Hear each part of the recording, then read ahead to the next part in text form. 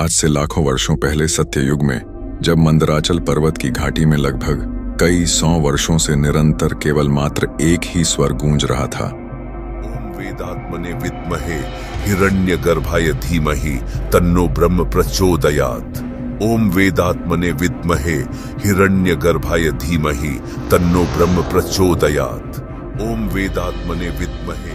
दरअसल कई 100 वर्षों से ब्रह्मदेव की असीम कठिन तपस्या करता आ रहा यह महाबलशाली असुर कोई और नहीं बल्कि स्वयं हिरण्यकशिपु था। हिरण्यकशिपु के इस महाहट्ठी कठिन तपस्या को देख इंद्रदेव समेत सभी देवताओं को अपना भविष्य घोर अंधकार में डूबने की अनुभूति होने लगी, जिसके बाद देवताओं से रहा न गया और वे सभी भागे भागे ब्रह्मलोक चले आए।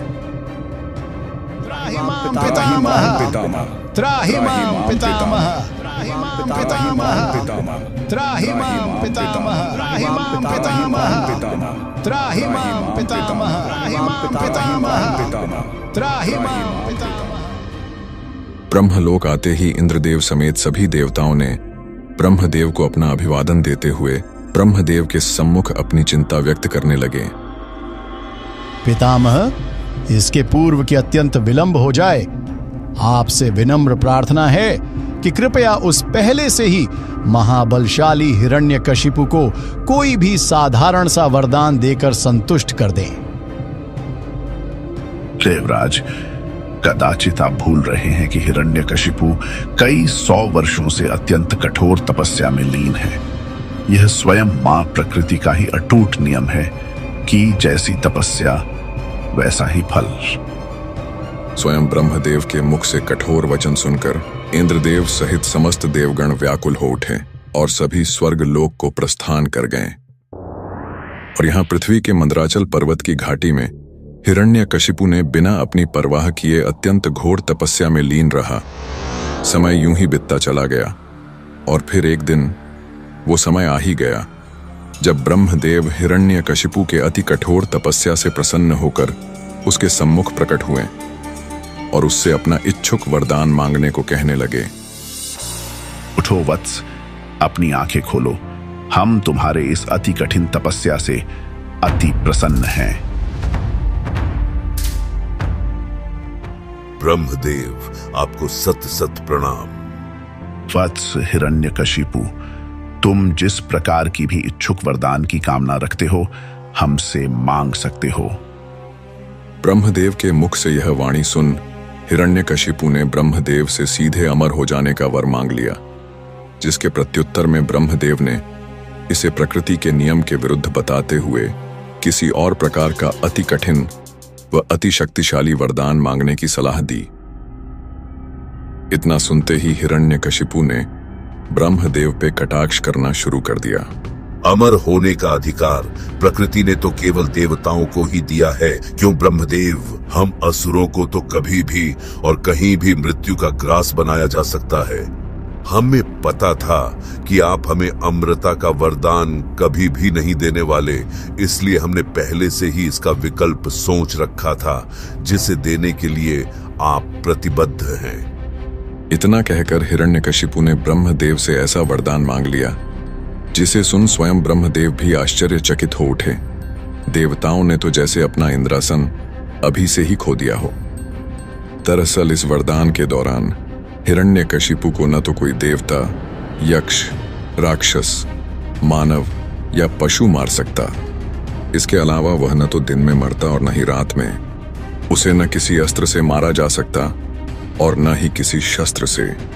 वह न धरती पर मरता और न ही आकाश में, और उसकी मृत्यु न तो घर के भीतर हो पाती और न ही घर के बाहर। तथास्तु। ब्रह्मदेव द्वारा वरदान प्राप्ति के पश्चात हिरण्यकशिपु अपने जीवन को लेकर पूरी तरह से सुनिश्चित हो चुका था। अब उसे अपने मृत्यु का भय न था। वह स्वयं को अजय अमर ही समझ बैठा था।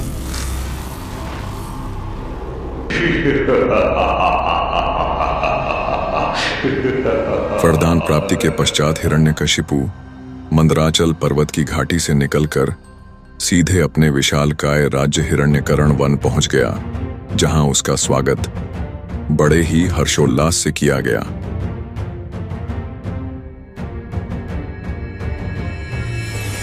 अपने सिंहासन में बैठने के पश्चात उसने अपने आसुरी सैनिकों को सबसे पहले तो अपने राज्य व राज्य के आसपास के क्षेत्रों में हो रहे विष्णु भगवान के पूजा पाठ को तत्काल ही प्रतिबंध करवाने का आदेश दे दिया। दरअसल उस समय काल से भी लगभग लाखों वर्षों पहले श्री विष्णु के वराह अवतार ने हिरण्यकशिपु के छोटे भ्राता हिरण्याक्ष को पृथ्वी को ब्रह्मांडीय महासागर में डुबो देने व समस्त देवताओं को मृत्यु का ग्रास बना देने के कुप्रयास के कारणवश मृत्यु के घाट उतार दिया था। और इसी कारणवश हिरण्यकशिपु श्री विष्णु का परम शत्रु बन चुका था। और यदि कोई इसका विरोध करे तो उससे निसंकोच वहीं मृत्यु के घाट उतार देना।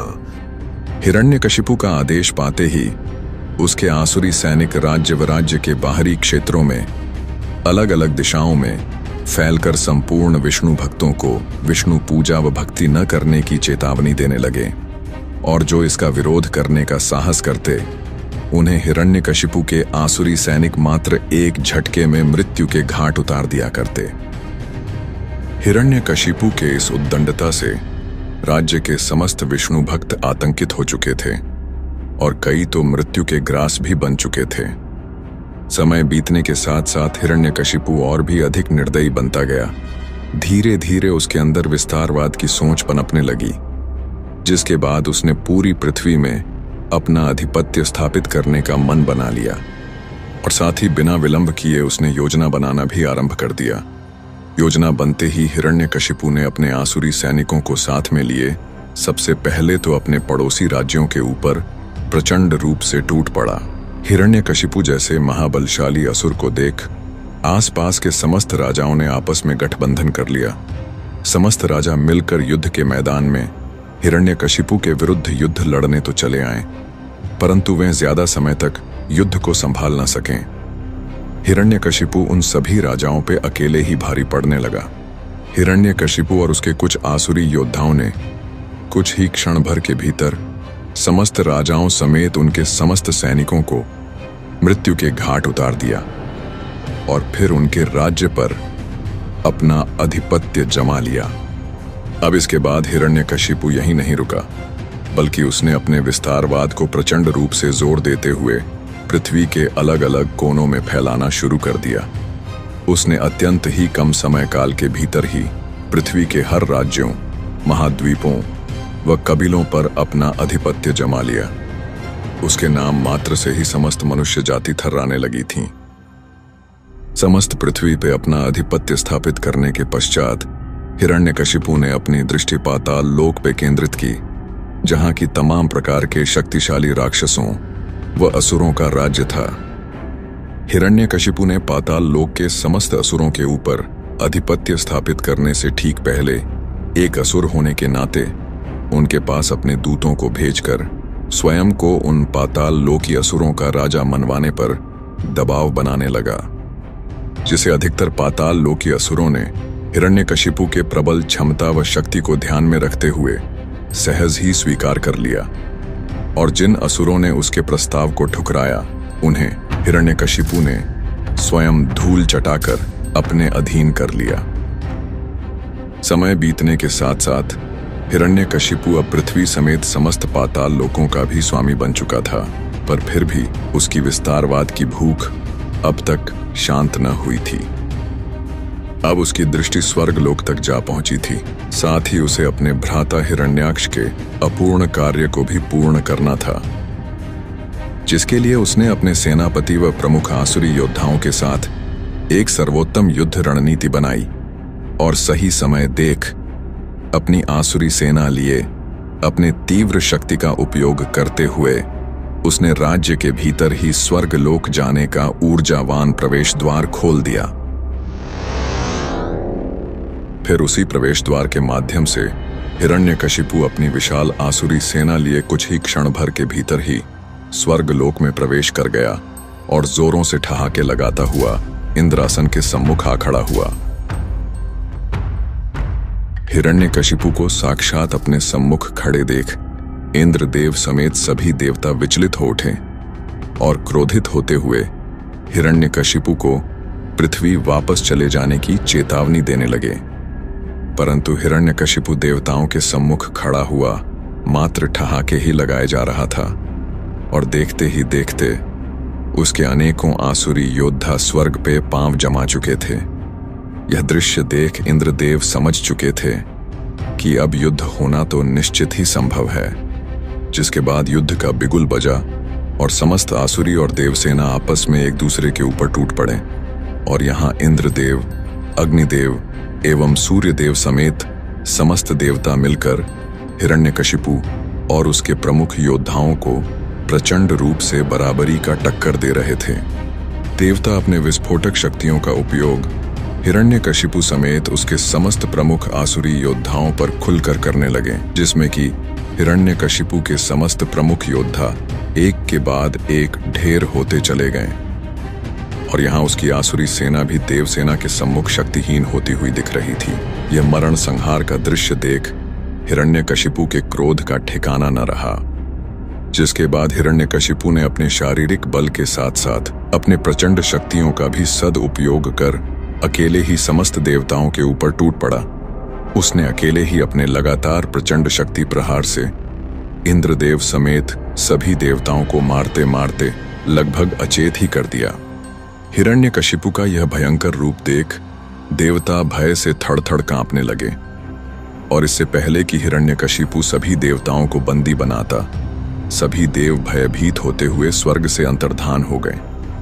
इंद्रदेव समेत समस्त देवताओं को युद्ध हारकर स्वर्ग से अंतर्धान होता देख देवसेना भी छिन्न भिन्न होने लगी, जिसमें कई देवसेना तो आसुरी सेना के हाथों वीर गति को प्राप्त हो गए और कई तो अपने प्राण बचाकर स्वर्ग से अंतर्धान हो गए। जिसके बाद हिरण्यकशिपु ने बड़े ही हर्षोल्लास के साथ स्वर्ग पे अपनी जीत का परचम लहराया और इंद्रासन पे विराजमान हो गया। स्वर्गलोक को जीतने के बाद हिरण्यकशिपु ने कभी भी मुड़कर पीछे नहीं देखा। वह लगातार पूरे ब्रह्मांड में एक के बाद एक लोक व राज्य जीतता ही गया, जिसमें यमलोक और नागलोक प्रमुख थे। और एक समय ऐसा भी आया जब वैकुंठ लोक, ब्रह्मलोक, देवी लोक एवं कैलाश को छोड़ हिरण्यकशिपु पूरे ब्रह्मांड यानी कि तीनों लोकों का स्वामी बन चुका था। इंद्रदेव समेत समस्त देव हिरण्यकशिपु के भय से पूरे ब्रह्मांड में छिप छिपाए त्रिदेवों के शरण में रहने लगे थे। उस समय काल में हिरण्यकशिपु को पूरे ब्रह्मांड में चुनौती देने वाला कोई भी न था। समय यूं ही बीतता गया और फिर एक दिन वह अत्यंत ही दुर्लभ क्षण आया जब हिरण्यकशिपु की पत्नी कयाधु ने एक दिव्य शिशु को जन्म दिया और उस दिव्य शिशु का नाम प्रहलाद रखा गया। प्रहलाद को लेकर हिरण्यकशिपु अत्यंत ही प्रसन्न था। वह अपने पुत्र प्रहलाद को भी स्वयं की ही भांति त्रिलोकी असुर राज बनाना चाहता था। फिर कुछ वर्षों में ही कयाधु ने और भी 3 पुत्रों को जन्म दिया, जिनका नाम अनुहलाद, सहल्लाद एवं हल्लाद रखा गया और तब तक हिरण्यकशिपु का ज्येष्ठ पुत्र प्रहलाद किशोरावस्था में पहुंच चुका था। प्रहलाद अपने चेतनावस्था से ही भगवान विष्णु से अत्यंत ही प्रभावित होकर उनका परम भक्त बन चुका था।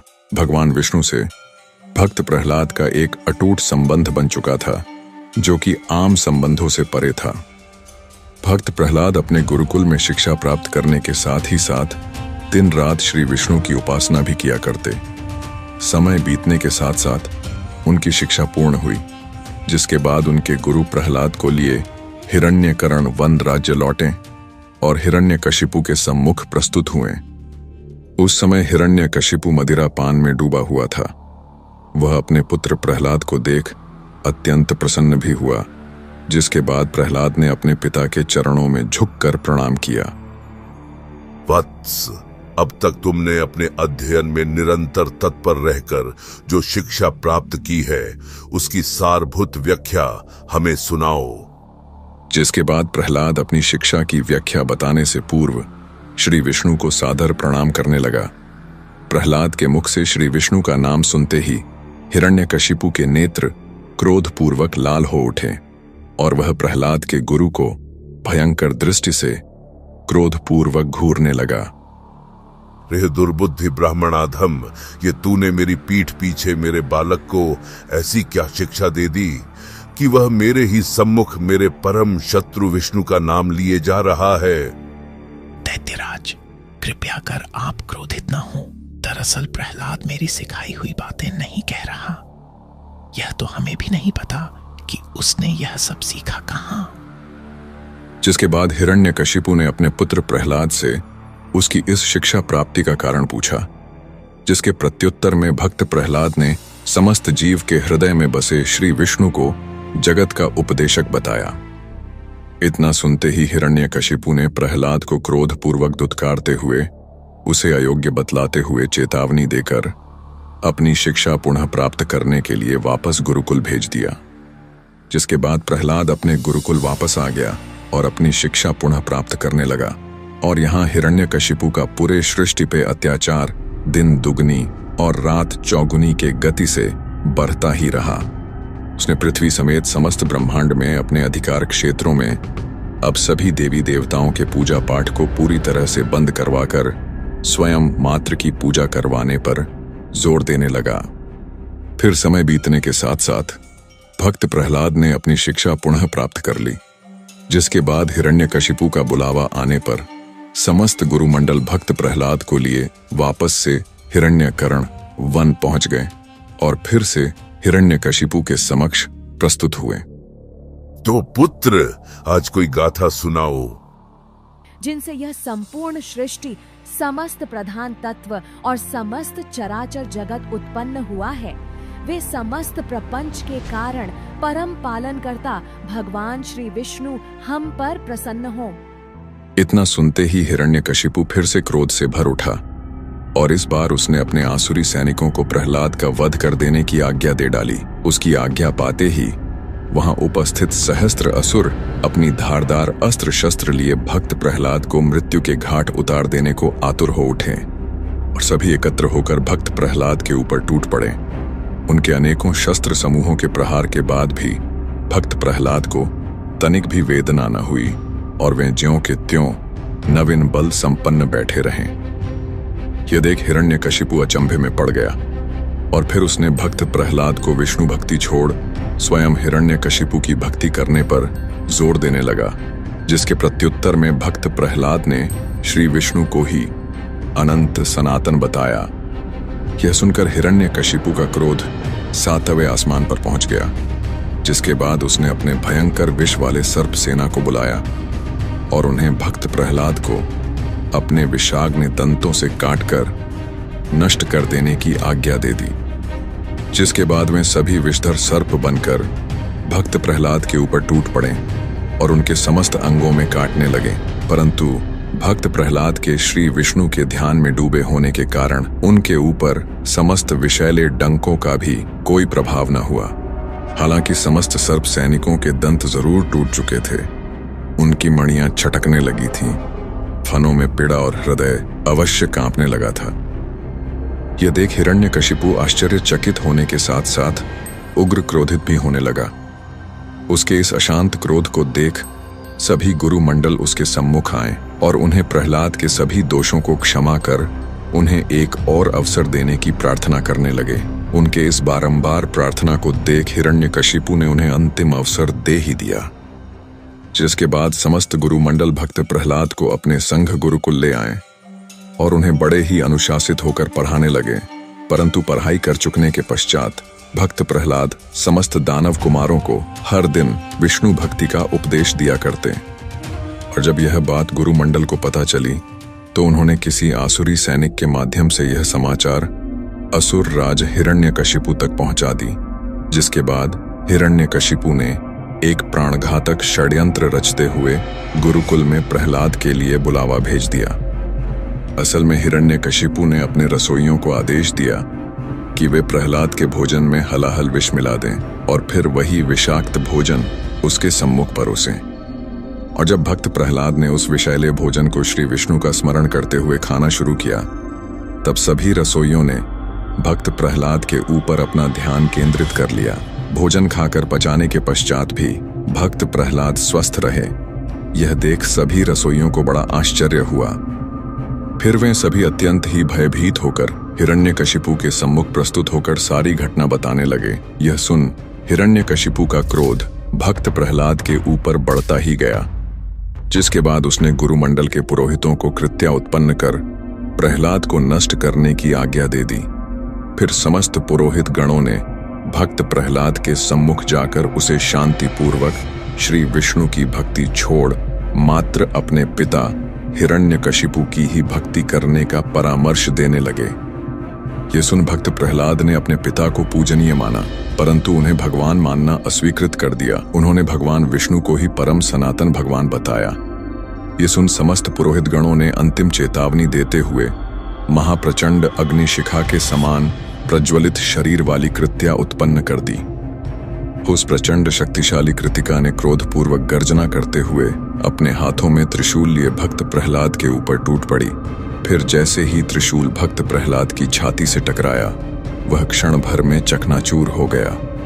अपने महाशक्तिशाली त्रिशूल को यूं चकनाचूर होते देख कृतिका ने अपना संयम खो दिया और वह उल्टे समस्त पुरोहितों के ऊपर ही टूट पड़ी और उन्हें तत्काल ही मृत्यु के घाट उतार स्वयं भी नष्ट हो गई।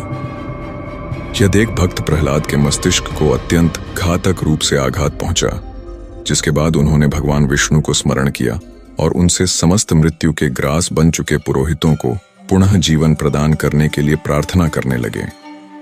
फिर भक्त प्रहलाद के भक्ति की शक्ति के फलस्वरूप कुछ ही क्षण भर के भीतर मात्र उनके स्पर्श मात्र से ही समस्त मृत हो चुके पुरोहित गण पुनः जीवित हो उठे। यह सब देख समस्त पुरोहित गण भक्त प्रहलाद से अत्यंत प्रसन्न हुए और उनको महान बताते हुए उनका आभार प्रकट करने लगे। जिसके बाद समस्त पुरोहित गण हिरण्यकशिपु के समक्ष जाकर उसे सारा समाचार ज्यों का त्यों सुनाने लगे। यह सुन हिरण्यकशिपु आश्चर्य और क्रोध से जल उठा। जिसके बाद हिरण्यकशिपु ने भक्त प्रहलाद को अपने समक्ष बुलाकर उनसे हर बार मृत्यु के मुख से बच निकलने का रहस्य पूछने लगा, जिसके प्रत्युत्तर में भक्त प्रहलाद ने इसे श्री विष्णु भगवान की ही कृपा बताई। यह सुन हिरण्यकशिपु ने इस बार क्रोधपूर्वक अपने आसुरी सैनिकों को भक्त प्रहलाद को पकड़ महल से 100 योजन की ऊंचाई से सीधे नीचे गिरा देने का आदेश दे दिया। जिसके बाद हिरण्यकशिपु के निर्दयी आसुरी सैनिकों ने भक्त प्रहलाद को उठाकर महल से सीधे 100 योजन नीचे फेंक दिया और नीचे गिरते समय भक्त प्रहलाद श्री विष्णु का स्मरण करने लगे। श्री विष्णु के कृपा से भक्त प्रहलाद के धरती में गिरने से पूर्व ही जगतधात्री पृथ्वी ने भक्त प्रहलाद को अपने गोद में थाम लिया और धरती पर रख अंतर्धान हो गई। भक्त प्रहलाद को सकुशल देख आसुरी सैनिकों ने हिरण्यकशिपु को यह समाचार सुना दी। यह समाचार सुन हिरण्यकशिपु क्रोध से लाल होते हुए तनिक भी विलंब न करते हुए अपने आसुरी सैनिकों को भक्त प्रहलाद को नागपाश से बांधकर महासागर में डुबो देने का आदेश दे दिया। जिसके बाद उन आसुरी सैनिकों ने भक्त प्रहलाद को बंदी बनाकर नागपाश से बांधकर महासागर में डुबो दिया। परंतु भक्त प्रहलाद को नागपाश सहित महासागर में डुबो देने के पश्चात महासागर में जोरदार हलचल होने लगी। सभी ओर ऊंची ऊंची लहरें उठने लगीं। महासागर के इस भयंकर हलचल को देख हिरण्यकशिपु ने भक्त प्रहलाद को एक मायावी बालक बतलाते हुए आसुरी सेना को उसे ऊपर से बड़ी बड़ी चट्टान शिलाओं से ढक देने का आदेश दे दिया। जिसके बाद आसुरी सेना ने महासागर में डूबे भक्त प्रहलाद को चट्टानों से ढककर उसके ऊपर हजारों योजन का ढेर कर दिया। पर अभी भी भक्त प्रहलाद महासागर के अंदर चट्टानों के बीच अचेत होकर भी अंदर ही अंदर भगवान विष्णु का स्मरण किए जा रहे थे। अचेत अवस्था में भगवान विष्णु को स्मरण करते समय वे स्वयं को भूल ही गए। वे श्री विष्णु को स्वयं के भीतर अनुभूत करने लगे, जिससे कि तत्काल ही नागपाश नष्ट हो गई। समुद्र में जोरदार कंपन होने लगी, जिससे कि असुरों द्वारा लादे गए समस्त चट्टान शिला झटके से दूर फेंकते हुए भक्त प्रहलाद महासागर से बाहर निकले और धरती पर पांव रखते ही उन्हें पुनः अनुभूत हुआ कि वे प्रहलाद हैं। जिसके बाद वे धरती में बैठकर विलाप करते हुए श्री विष्णु की स्तुति करने लगे। उनके इस प्रकार तन्मयता पूर्वक स्तुति करने के कुछ क्षण पश्चात ही उनके सम्मुख स्वयं सृष्टि के पालनहार श्री विष्णु प्रकट हुए। साक्षात श्री विष्णु को अपने सम्मुख देख भक्त प्रहलाद गदगद हो उठे और उन्हें अभिवादन कर उनके चरणों में गिर पड़े। हे प्रहलाद, मैं तुम्हारी अनन्य भक्ति से अति प्रसन्न हूं। तुम्हें जिस वर की इच्छा हो मुझसे मांग लो। ये सुन भक्त प्रहलाद अपने हर योनि में मात्र विष्णु भक्त ही बने रहने का वर मांगते हैं, जिसे भगवान विष्णु स्वीकृति देते हुए अन्य वर भी मांगने को कहने लगते हैं। जिसके बाद भक्त प्रहलाद समस्त प्रकार के पाप कर चुके अपने पिता हिरण्यकशिपु को पाप मुक्त करने का वर मांग लेते हैं। जिसके बाद तथास्तु कहकर श्री विष्णु अंतर्धान हो जाते हैं। जिसके बाद भक्त प्रहलाद वापस से महल में प्रवेश कर सीधे अपनी माता कयाधु के कक्ष की ओर चल देते हैं, जहां उन्हें माता कयाधु अपने सीने से लगा लेती हैं और उसी क्षण वहां हिरण्यकशिपु भी आ धमकता है। भक्त प्रहलाद को सकुशल अपनी माता के संग देख हिरण्यकशिपु गुस्से से हाथ मलता रह जाता है और गहरे चिंतन में पड़ जाता है। फिर उसे अपनी छोटी बहन होलिका का ध्यान आता है, जिसके बाद वह होलिका के पास बुलावा भेजता है। फिर अगले ही दिन महल में होलिका का आगमन होता है, जिसके साथ हिरण्यकशिपु एक संपूर्ण भयंकर योजना बनाता है, जिसे पूरे नगर में एक आयोजन का नाम दे दिया जाता है। और इस आयोजन के अंतर्गत भक्त प्रहलाद को जलती हुई चिता में होलिका के संग बिना किसी क्षति के बैठने की घोषणा कर दी जाती है। असल में होलिका को ब्रह्मदेव से आग में न जलने का वर प्राप्त था और इसी का लाभ उठाकर हिरण्यकशिपु भक्त प्रहलाद को मृत्यु के घाट उतार देना चाहता था। फिर संध्या होते ही इस मिथ्या आयोजन की शुरुआत हो ही जाती है, जिसमें कि कयाधु के न चाहते हुए भी बलपूर्वक भक्त प्रहलाद को होलिका के गोद में चिता के ऊपर बैठाकर आग लगा दिया जाता है। आग लगते ही भक्त प्रहलाद श्री विष्णु को स्मरण करने लगते हैं और वहीं होलिका जोरों से ठहाके लगाने लगती है, जिसे देख हिरण्यकशिपु भी जोरों से ठहाके लगाने लगता है। फिर कुछ क्षण बीतने के पश्चात भक्त प्रहलाद को तो कुछ न हुआ, परंतु वहीं होलिका को गर्मी की अनुभूति अवश्य होने लगती है।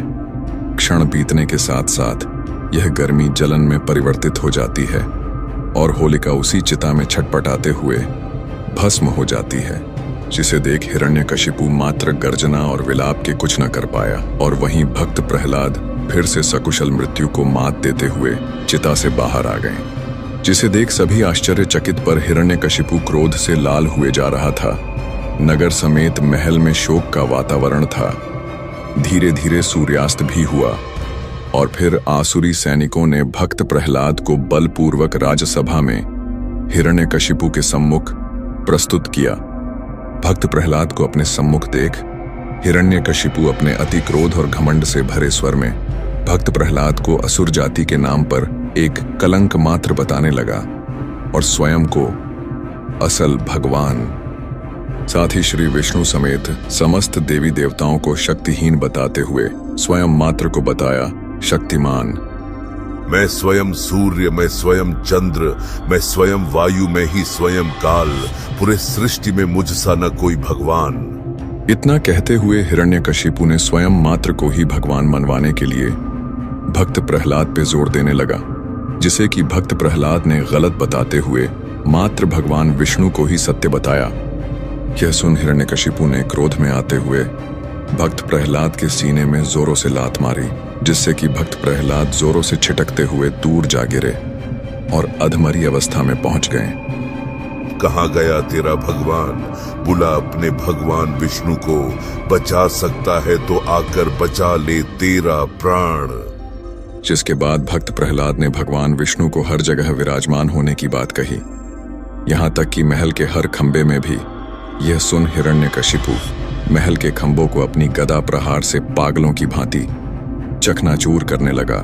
यूं ही खंभों को चकनाचूर करते हुए वह एक और खंबे में अपनी गदा प्रहार कर देता है, परंतु वह खंबा चकनाचूर न होकर ज्यों का त्यों रह जाता है, जिसे देख हिरण्यकशिपु आश्चर्य में पड़ जाता है। जिसके बाद वह क्रोध में आकर उस खंबे में अनेकों प्रहार करता है, परंतु वह खंबा ज्यों का त्यों ही रह जाता है। फिर कुछ क्षण के बाद वह खंबा अपने आप धीरे धीरे फटने लगता है। फिर वह खंबा अचानक अति तीव्र गति से फट पड़ता है, जिसके धमाके से हिरण्यकशिपु अति दूर जा गिरता है। फिर धुंधले हो चुके राजसभा में एक भयावह गर्जना गूंज उठती है और धुंध को चीरते हुए गर्जना करते हुए अद्भुत श्री विष्णु अवतार नरसिंह हिरण्यकशिपु के समक्ष आ खड़े होते हैं, जिन्हें देख हिरण्यकशिपु आश्चर्य में पड़ जाता है। तो वहीं भक्त प्रहलाद हाथ जोड़े भक्तिमय हो जाता है। यह देख हिरण्यकशिपु समझ जाता है कि हो न हो यह स्वयं विष्णु है। जिसके बाद अपने समक्ष महाउग्र नरसिंह को देख हिरण्यकशिपु स्वयं भी महाक्रोधित होते हुए अपनी गदा लिए भगवान नरसिंह पे टूट पड़ता है और नरसिंह पे अपनी गदा लिए अंधाधुंध प्रहार करने लगता है। पर उसके गदा का नरसिंह पे कोई भी असर न होता है, जिसके बाद नरसिंह अपने पंजे के एक ही वार से हिरण्यकशिपु के गदा को चकनाचूर कर देते हैं। यह देख हिरण्यकशिपु तिलमिलाते हुए एक धारदार शक्तिशाली तलवार प्रकट कर नरसिंह पे फिर से प्रहार करने लगता है। पर इस तलवार का भी नरसिंह पे कोई असर ना होता है, जिसे कि नरसिंह पुनः अपने प्रहार से नष्ट कर देते हैं। यूं ही अपने अनेकों अस्त्र शस्त्र को नष्ट होता देख हिरण्यकशिपु अब मल्ल युद्ध करने को उतारू हो जाता है, जिसके बाद वह अपने मुक्के को ताने सीधे नरसिंह पर टूट पड़ता है। परंतु नरसिंह उसके मुक्के को पकड़ धरती पर पटक देते हैं और उसे मल्ल युद्ध के दौरान वहीं धूल चटाने लगते हैं। यह शक्तिशाली दृश्य देख समस्त असुर आश्चर्यचकित होते हुए डर से थर्राने लगते हैं। ये पहली बार था जब हिरण्यकशिपु के समक्ष कोई उससे भी अधिक शक्तिशाली उससे युद्ध करता हुआ उसे लगातार धूल चटाए जा रहा था। स्वयं को यूं लगातार मार खाता हुआ देख वह समझ चुका था कि अब भागने में ही उसकी भलाई है, जिसके बाद वह नरसिंह से दूरी बनाता हुआ इधर उधर भागने लगा। परंतु नरसिंह भगवान ने उसका पीछा करते हुए उसे अपने पंजों में दबोच लिया और उसे पूरे राजमहल में घसीटते हुए मुख्य द्वार के चौखट तक ले गए और उसे हवा में उछालते हुए अपने गोद में लेटा दिया। विष्णु, मुझे कोई भी नहीं मार सकता, चाहे कितना भी प्रयत्न कर लो तुम। तू ना अभी घर के अंदर है ना ही बाहर, तू ना धरती पर है ना ही आकाश में, ना अभी दिन है और ना ही रात्रि। मैं न तुझे अस्त्र से मारूंगा और ना ही शस्त्र से, और मैं ना तो देवता हूँ, ना यक्ष, ना राक्षस, ना मनुष्य और ना ही पशु। मैं हूँ नरसिंह।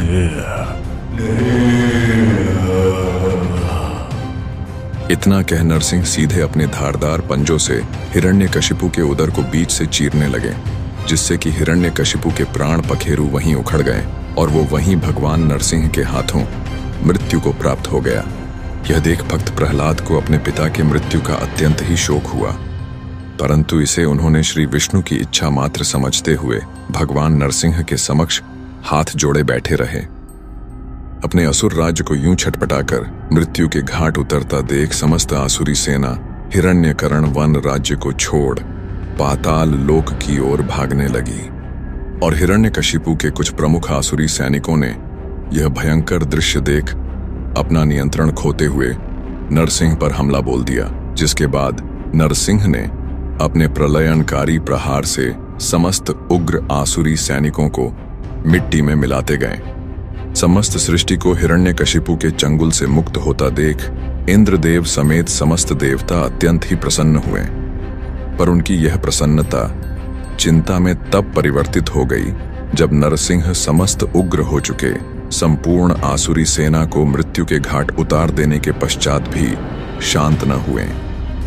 असल में हिरण्यकशिपु जैसे महाप्रलयनकारी असुर समेत उसके समस्त प्रमुख असुरों को मारते मारते नरसिंह का क्रोध इतना उग्र हो चुका था कि वह अब शांत होने की जगह बढ़ता ही जा रहा था और अब वे पूरी तरह से अपने नियंत्रण से बाहर हो चुके थे, जो कि संपूर्ण सृष्टि के विनाश का कारण बनने वाला था। और यह विनाश लीला देख समस्त देवताओं को सिर्फ एक ही मार्ग सूझा और वो था कैलाश का मार्ग, जिसके बाद समस्त देवता पृथ्वी में स्थित कैलाश चले आए। सृष्टि की रक्षा करें महादेव, अन्यथा नरसिंह पृथ्वी समेत समस्त सृष्टि को उजाड़कर समाप्त कर देंगे। इस पूरी सृष्टि में एकमात्र आप ही हैं जो नरसिंह देव को नियंत्रण में ला सकते हैं। जागिए महादेव, जागिए।